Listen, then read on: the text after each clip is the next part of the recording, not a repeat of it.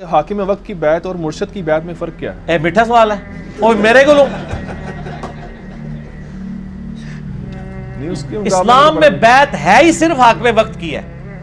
سورہ نساء نمبر 59 یا ایھا الذین آمنوا اطیعوا اللہ واطیعوا الرسول واولی الامر منکم، اطاعت کرو اللہ کی، اس کے رسول کی، ایمان والو، اور جو تم میں حکمران ہے. فإن تنازعتم فی شیء فردوه الی اللہ والرسول، اگر حکمران سے بھی جھگڑا ہو تو اللہ اور اس کے رسول یعنی کتاب و سنت سے فیصلہ کرواؤ اگر تم اللہ اور یوم آخرت پر ایمان رکھتے ہو، اسی کا انجام بہتر ہونے والا ہے. سورہ نساء آیت نمبر 59. تو حکمران کی بیعت ہی واجب ہے. وہ جو صحیح مسلم میں حدیث ہے، جو امام کی بیعت کے بغیر مرا وہ جاہلیت کی موت مرا، اس سے مراد حکمران وقت کی ہے جب حکمران بیعت لے رہا ہو. اسی کی آج کل ایک ماڈرن فارم ووٹنگ والا سسٹم ہے. اس لیے میں کہتا ہوں سر، جب ووٹ کے بعد ایک پرائم منسٹر الیکٹ ہو جائے نا، تو اگر آپ نے ووٹ دوسری پارٹی کو بھی ڈالا ہوا تھا نا، امام اب آپ کا وہ پرائم منسٹر ہی ہوگا. یہ آپ کو ایکسیپٹ کرنا پڑے گا.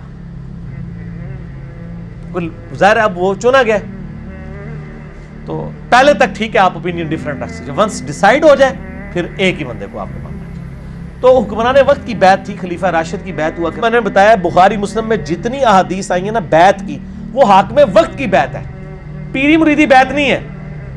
ورنہ جب حضرت ابوبکر کی بیعت ہوئی تھی تو حضرت علی نے اپنا علیحدہ سے کوئی خانقاہ کھولی ہوئی تھی. یہاں تو ایک پیر مرتا ہے، اس کے 4 بیٹے علیحدہ علیحدہ خانقاہیں کھول لیتے ہیں، وہ سارے ایک کو ہی مان رہے تھے. اسی طرح تھا نا. تو یہ پیری مریدی کی بیعت بیسیکلی خلافت کو ریپلیس کرنے کے لیے بعد میں ایک اجتہادن کی ہوئی ہے. ہمیں اس سے کوئی چڑ نہیں ہے. اجتہادن ڈاکٹر اسرار صاحب بھی بیعت لیتے تھے اگر آپ لینا چاہتے ہیں، لیکن یہ بیعت میں اطاعت واجب نہیں ہوگی. یہاں تو بیعت کروا کے پتہ نہیں کہاں سے کہاں تک وہ دین سے دور کر دیتے ہیں. اس پہ میں اپنی کوئی بات نہیں کرتا. پیر نصیر الدین نصیر صاحب کی ایک کتاب ہے، پیری مریدی کی شرعی حیثیت. جو پیروں کی عزت افزائی اس کے اندر انہوں نے کی ہے نا، انہوں نے ایک جملہ میں بتاتا ہوں، انہوں نے کہا آج کے دور میں جس نے اپنا ایمان خراب کرنا ہے نا وہ مرید ہو جائے، اور جس نے اپنا ایمان بچانا ہے تو پیروں سے اپنے آپ کو بچا کے رکھے، خود پیر ہو کے. ٹھیک ہے، میں نے خود ان کو دیکھا ہے. میری ملاقات بھی گھر میں ان کے ساتھ ایک دفعہ سیٹنگ بھی ہوئی، 2007 یا 8 کی بات ہے. تو ان کے پاس میں نے دیکھا ایک وہ بوڑھی سی عورت آئی، وہ پیسے لے کے نا ہاتھ میں پکڑا لیں، یوں اٹھا کے پڑے پھینکے، کہنی بی بی اللہ کو لو مانگ، پیر کے کر سکتا ہے. یہاں بھی جیل میں تقریر کر کے گئے نا، ایک بار ہی بلایا، دوبارہ انہوں نے بلایا ہی نہیں ہے. محفل نعت میں ان دنوں بارشیں نہیں تھی ہو رہی، تقریر ان کی رکھی ہوئی تھی، کم از کم 25-30 ہزار مجمع تھا، پورا اسٹیڈیم کرکٹ کا بھرا ہوا تھا. اس کے بعد یہ طارق جمیل صاحب کا جلسہ اتنا بڑا ہوا ہے جو وہ ہوا تھا. مریدوں نے بلایا، انہوں نے کہا تسی کہندے ہو پیر دیندے نے تے سارے پیر لے آؤ نا، بارش کرو. نہیں دینا جے لے لو، اودی مرضی جو دے گا. اسی لیے تو کہتے آخری وقت جو جی وہ وہابی ہو گیا سی، جی یہ ہو گیا سی، وہ ہو گیا سی. اگر وہ وہابی ہو گیا سی تو پھر تہاڈی بزرگی چ کمی ہے کہ تہاڈی اولاد بھی ہو کے تہاڈے سلسلے چ بھی ہو کے وہ گمراہ ہو گیا. پیر تو اسی لیے کیا جاتا ہے نا تاکہ آپ گمراہ نہ ہو. اگر پیر ہی خود گمراہ ہو جائے، مریدوں کو چھوڑ دیں. اگر پیر گمراہ ہو رہا ہے تو بڑے بزرگوں کی بزرگی سٹیک پہ لگ گئی ہے جن کی وجہ سے وہ بیٹھا ہوا ہے. اچھا پھر میں آپ کو ایک واقعہ بتاتا ہوں. یہ شیخ عبد القادر جیلانی رحمہ اللہ تعالیٰ کے بارے میں ایک واقعہ جی. وہ ایک دفعہ ایک جنگل میں عبادت کر رہے تھے تو آسمان سے آواز آئی، ایک روشنی ظاہر ہوئی، عبد القادر تجھے اللہ نے بخش دیا، اب کے بعد کوئی نمازیں نہیں، جو مرضی کر. تو انہوں نے پڑھا لا حول ولا قوت الا باللہ، تو وہ شیطان تھا چیخ مار کے غائب ہو گیا. شیخ عبد القادر جیلانی نے کہا کہ نمازیں تو نبی کو معاف نہیں تھیں، میری کیا حیثیت ہے. تو جاتے جاتے اس نے کہا کہ شیخ عبد القادر جیلانی تیرے اس مقام پہ پہنچے ہوئے 70 اولیاء اللہ میں نے بہکا دیے ہیں اسی بات کے اوپر، تو اپنے علم کی وجہ سے بچ گیا. تو انہوں نے کہا یہ تو نے دوسرا وار کیا ہے، میں اللہ کے فضل کی وجہ سے بچا ہوں. یہ اللہ اکبر اس واقعے کی میں انجینئرنگ کرنے لگا ہوں کہ سر وہ جو 70 غوث تھے جن کو شیطان نے اوندھا منہ کر کے دوزخ میں پہنچایا ہے، ان کے لاکھوں مرید کدھر گئے؟ 71 ہی چوں ایک ہی بچیا جے، 70 نو تو شیطان لے گیا جے. تے سانوں کے پتا ہے تسی جڑے پیر ساڈے بنا رہے ہو انہاں نال کی ہونا ہے. اگر وہ غوثاں نہ لے ہویا ہے تو پھر ہم کہتے ہیں اس کو اپنا پیر مانے جس کی گارنٹی قرآن میں ہے، ما ضل صاحبکم وما غوا. تمہارے نبی نہ کبھی بہک کے ہے نہ کبھی بیرا چلے. اور یہ اعلیٰ حضرت نے خود لکھا ہے. اعلیٰ حضرت کی ایک کتاب ہے بیت و خلافت. اوتے چند چڑھیا جڑا دیکھ رہے ہو جناب، چڑھ گیا چند. اچھا بیت و خلافت کتاب ہے اعلیٰ حضرت کی، وہ میں نے اس میں حوالہ دیا ہے. اس میں انہوں نے لکھا ہے کہ یہ جو بایزید بستامی کا قول ہے نا، جس کا کوئی پیر نہیں، اس کا پیر شیطان ہے، یہ محض باطل ہے۔ تحقیق ہر سنی مسلمان کا پیر محمد رسول اللہ صلی اللہ علیہ وآلہ وسلم۔ ٹھیک ہوگا جی؟ تو یہ اعلیٰ حضرت خود کہہ رہے ہیں کہ بایزید بستامی نے جو بات کی ہے یہ باطل ہے۔ جب ہم کرتے ہیں تو کہتے ہیں بزرگوں کی گستاخ ہے۔ تو ہم بزرگوں کی گستاخیاں بزرگوں کے اقوال کی روشنی میں ہی کر رہے ہوتے ہیں۔ میں اعلیٰ حضرت کے ساتھ ہوں کہ یہ باطل ہے اور یہ جھوٹ ہے۔ تو کلمہ پڑھ لے۔ پھر قرآن میں تو بیعت آئی ہے اللہ کی، سورہ توبہ میں آیا اللہ تعالیٰ نے مومنین کی جانیں اور مال جنت کے بدلے میں خرید لی ہیں، اس بیعت پر خوشیاں مناؤ۔ سر جب میری بیعت ہوئی ہوئی ہے اللہ سے اور اس کے رسول سے صلی اللہ علیہ وآلہ وسلم، تو میں چھوٹے موٹے پیر کیوں پڑھا جنہوں نے منو روٹی دے کے تو پالنا پہ جائے۔ میں پھر وہ اکثر بات کرتا ہوں نا کہ لوگوں نے گاڑیوں کے پیچھے لگایا ہوتا ہے نگاہ مرشد، حالانکہ وہ نگاہ مرشد نہیں ہوتی، وہ ہادہ من فضل ربی ہوتا ہے۔ اور جن پیروں کو یہ نذرانے دے رہے ہوتے ہیں ان کا بھی کام ہے نا کہ وہ اپنی گاڑی کے پیچھے لگوائیں کہ مریدین کے نذرانوں کی برکت سے، اور وہ سچ بھی ہوگا۔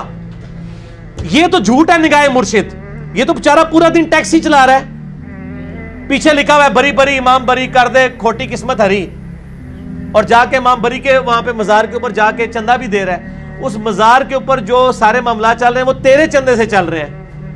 یہ تو ہونا چاہیے اس مزار پہ لکھا ہو کہ ٹیکسیوں والے اور غرباء کی نگاہ کرم سے، یہ سچائی ہوگی۔ یا پھر خدا کے لیے آپ لکھو ہادہ من فضل ربی۔